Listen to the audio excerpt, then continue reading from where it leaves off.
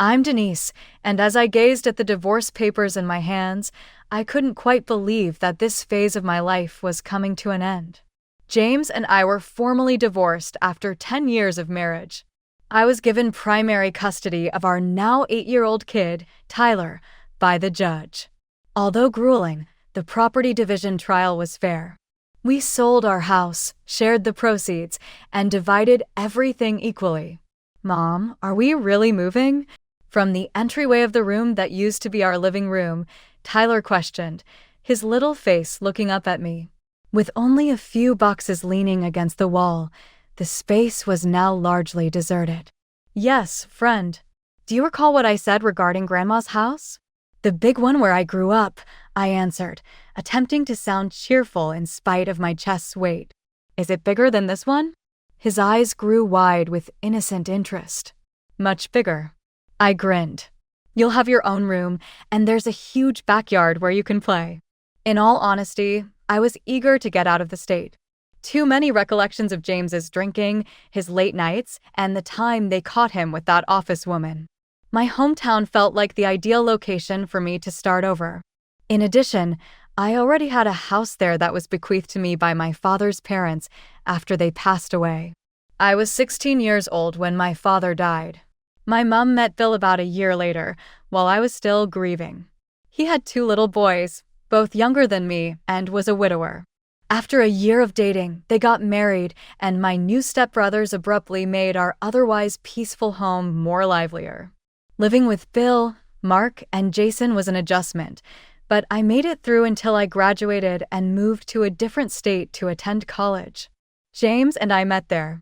My grandparents passed away one after the other while I was abroad studying, leaving me with both houses, the larger family home where my mom and Bill now resided with the boys, as well as the smaller house where my grandparents formerly lived.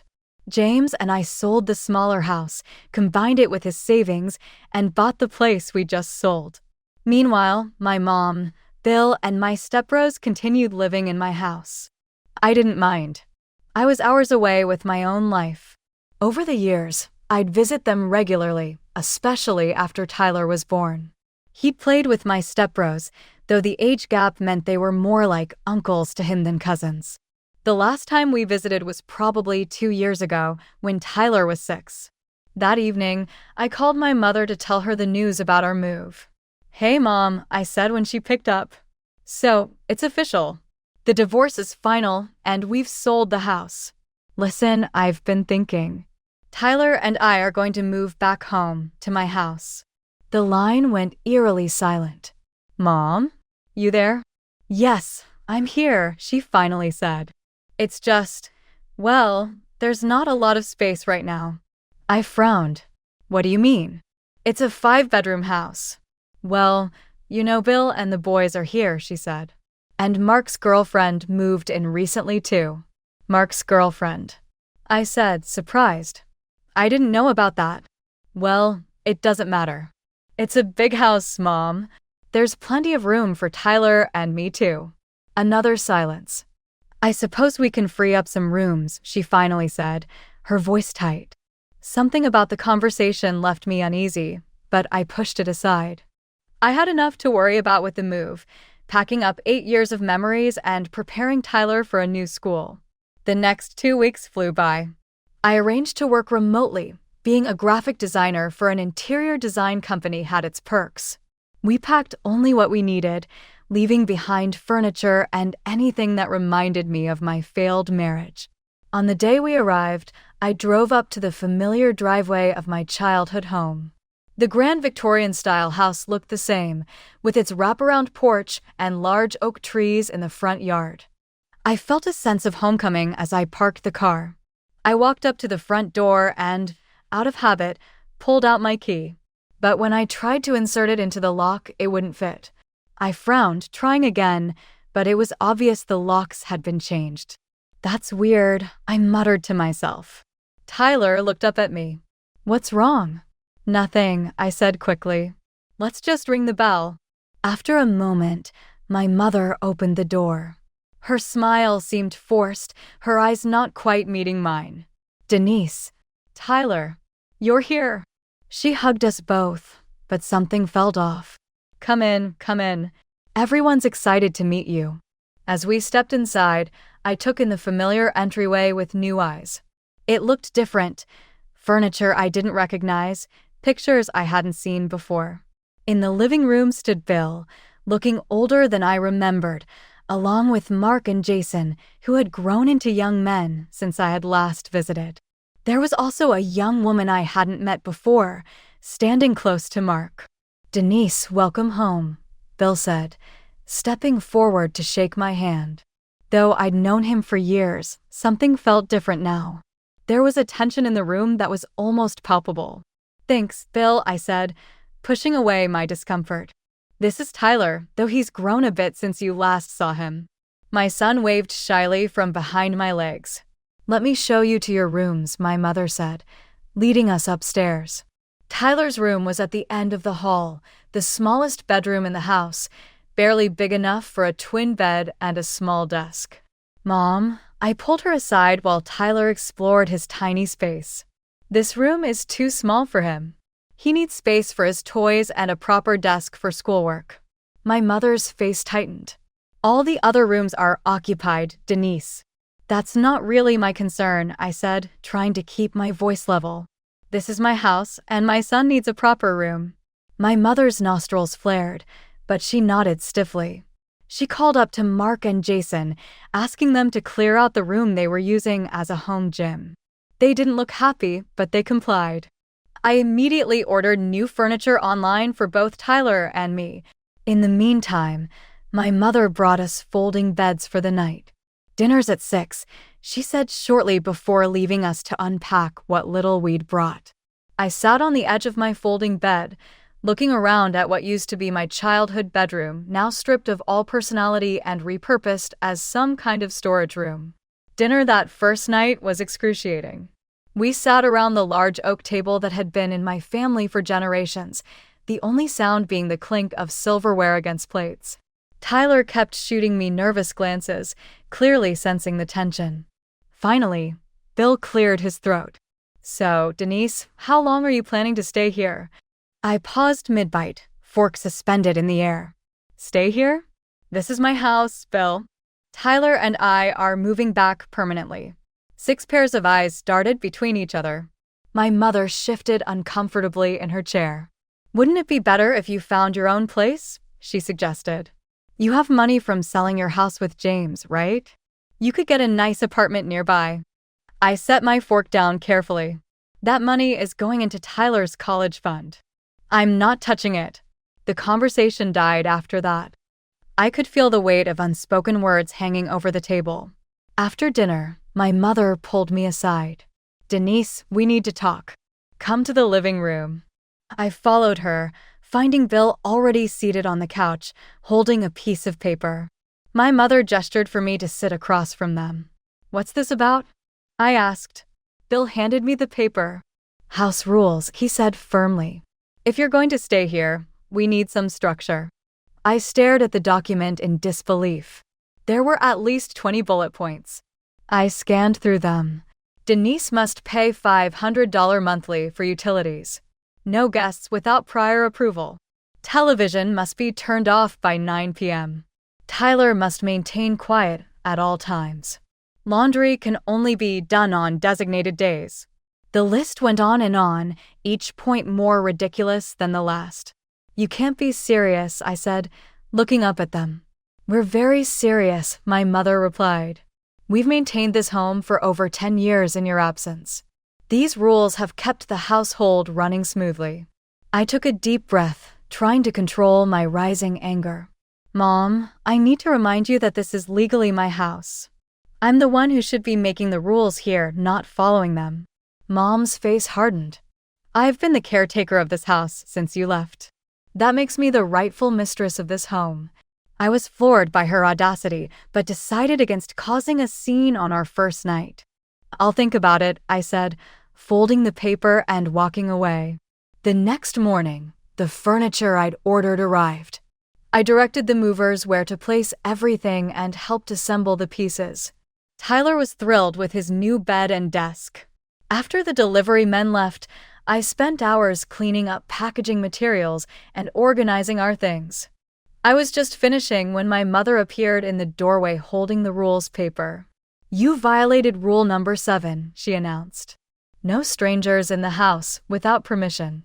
I laughed, thinking she was joking. "Those were delivery men, Mom. They brought our furniture." "The rule stands," she said firmly. "This is your first warning." I stared at her, realizing she was completely serious. "All right," I said, finally deciding to play along for now. The following day, I registered Tyler at his new school and bought groceries and household items. When I returned, I did laundry for Tyler and myself, wanting to have clean clothes ready for his first day. As I was folding the last of our clothes, my mother appeared again with the rules. Rule 15 states that the washing machine can only be used with permission. "You're kidding," I said flatly. "Second warning," she replied, walking away. That night at dinner, the atmosphere was even more strained than before. Everyone ate in silence, avoiding eye contact. I noticed that even Mark and Jason barely spoke to each other or their father. Mark's girlfriend, Sarah, kept her eyes fixed on her plate. A few days later, I was on a video call with my boss after 9 p.m., discussing a difficult client project. We were debating color schemes for a corporate lobby, our voices rising as we disagreed on the approach. Suddenly, my door flew open. My mother stood there, face contorted with anger. "It's after 9. "You're being too loud," she shouted. I was mortified. "Mom, I'm in a work meeting. This is important." "I don't care. You're breaking the rules." I apologized to my boss and promised to call back. My mother glared at me once more before slamming the door shut. The next morning, I noticed my mother and Bill had left early. It was just Tyler, me, Mark, Jason, and Sarah at breakfast.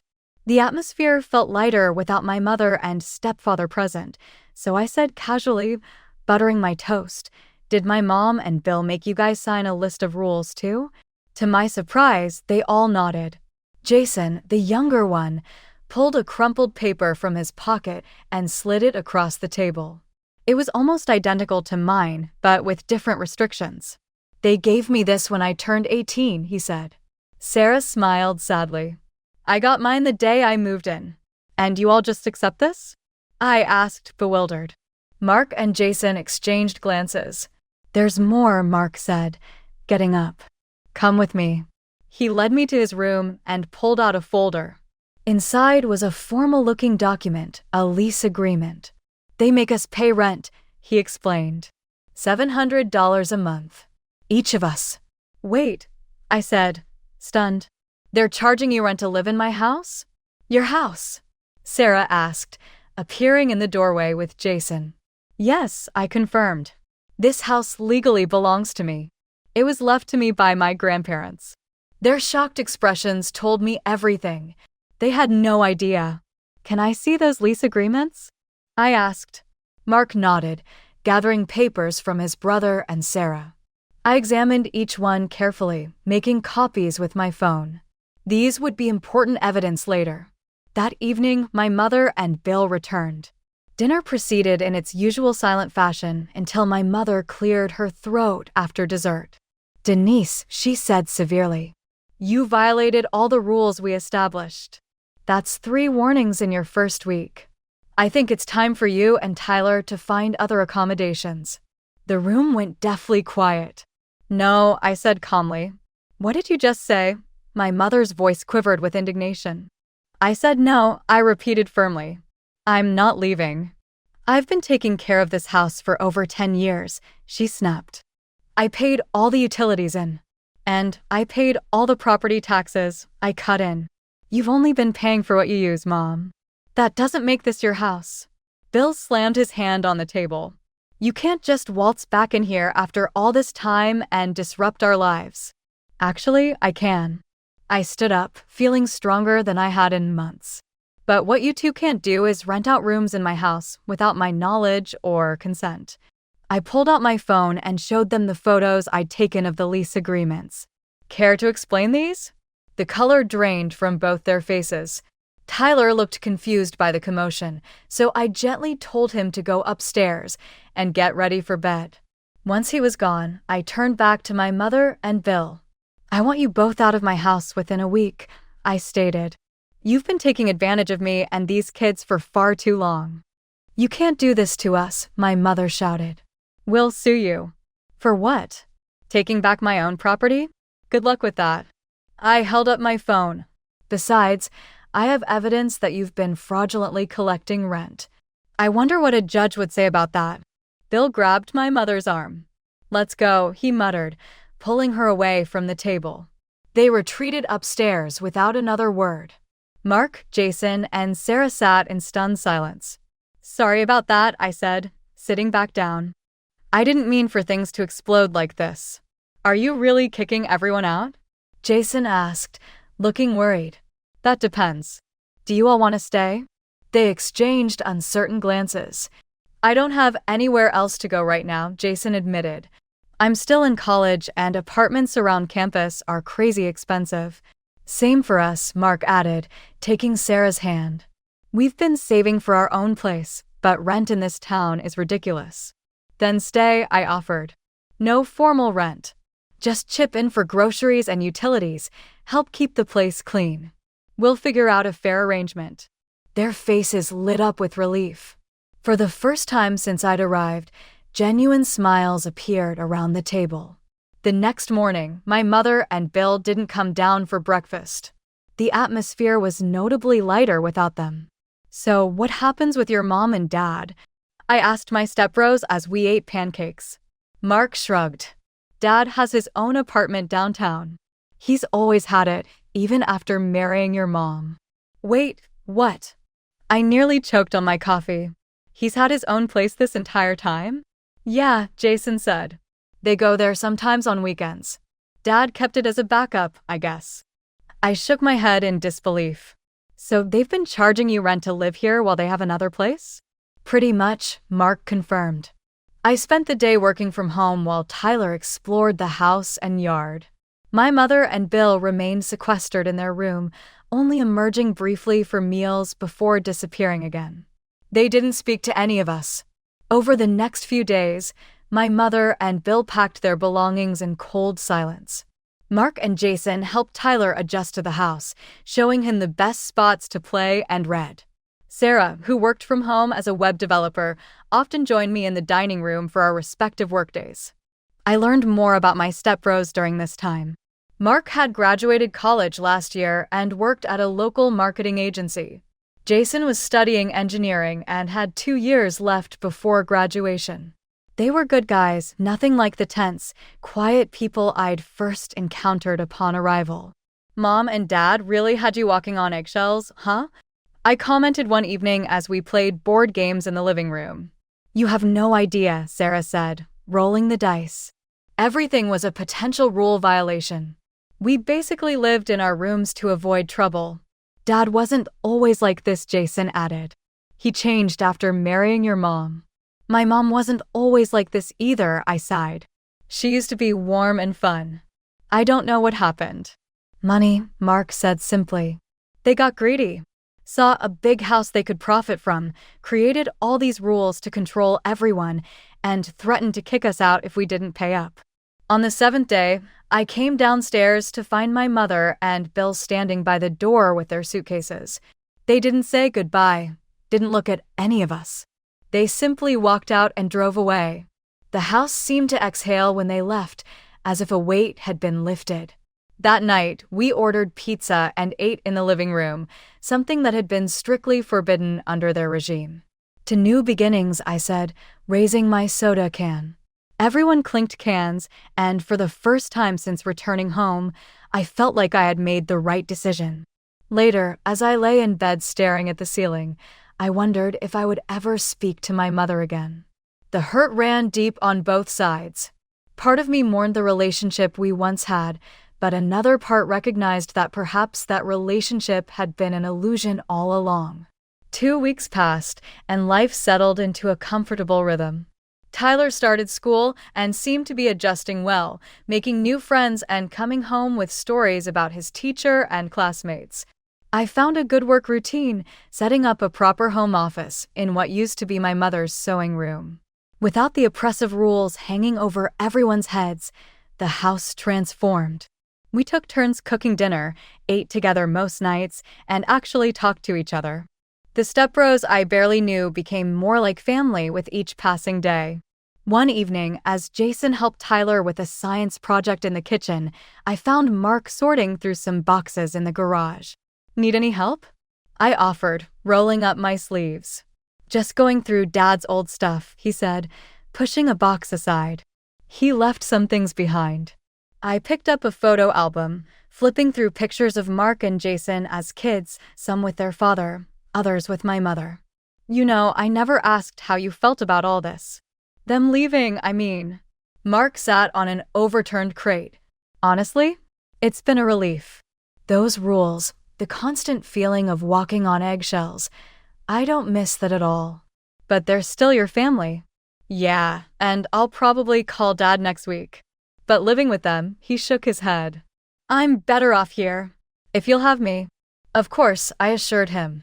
"You and Jason are welcome to stay as long as you need." He nodded gratefully. "There's something else you should know," he said, reaching into a drawer and pulling out a folder. "I found these yesterday." Inside were bank statements showing monthly deposits of $2,100, exactly the total rent they had been collecting from Mark, Jason, and Sarah. "They were saving it all," I murmured, flipping through the pages. "Over $75,000 in this account." "Yep." While we struggled to make rent, ate cheap food, and wore second-hand clothes, they were banking it all. His voice was flat, resigned. I brought the statements inside, adding them to the growing pile of evidence showing just how calculated my mother and Bill's scheme had been. That night, I lay awake thinking about my mother. How had she changed so drastically from the warm, loving woman who raised me to someone who would exploit her own family for profit? Was it Bill's influence, or had that side of her always been there, waiting for the right circumstances to emerge? The next morning, as I made breakfast, Sarah approached me hesitantly. "Denise, can I talk to you about something?" "Of course," I said, flipping a pancake. "What's up?" "Mark and I have been talking. We want to move out by the end of the year." I turned to face her. "You don't have to leave. You're welcome here." "We know. And we appreciate that more than you know," she smiled warmly. "But we want our own place. We've been saving up for a down payment on a small house." "That's wonderful, Sarah. Thanks to you, we can actually afford it now. Without that ridiculous rent hanging over our heads, we've been able to save so much more." Over the next month, our makeshift family found its groove. Jason took over most of the yard work. Mark handled home repairs. Sarah decorated for the fall season, and I managed the household budget and cooking. Tyler thrived with all the positive attention from his cool uncles, as he called Mark and Jason. One Saturday, as we were having a barbecue in the backyard, Tyler ran up to me with a worried expression. "Mom, there's someone at the door." My heart skipped a beat. "Stay here with Sarah," I told him, heading inside. Through the front window, I saw my mother standing on the porch, alone, clutching her purse. I took a deep breath and opened the door. "Mom," I said flatly. She didn't meet my eyes or say a word. She just stood there, seemingly waiting for something. "What do you want?" I asked, not hiding my irritation.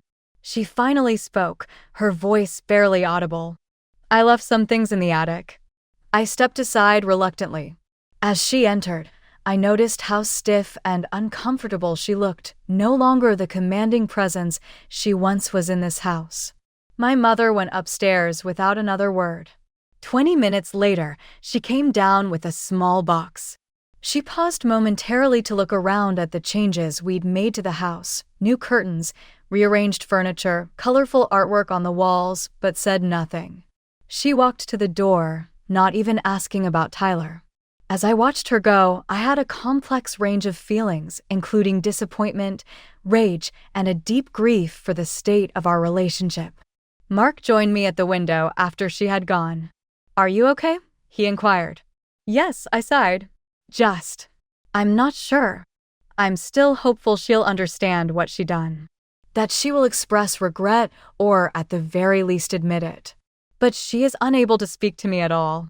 Mark said, Dad says they're doing fine, pretending none of this ever happened. Classic denial.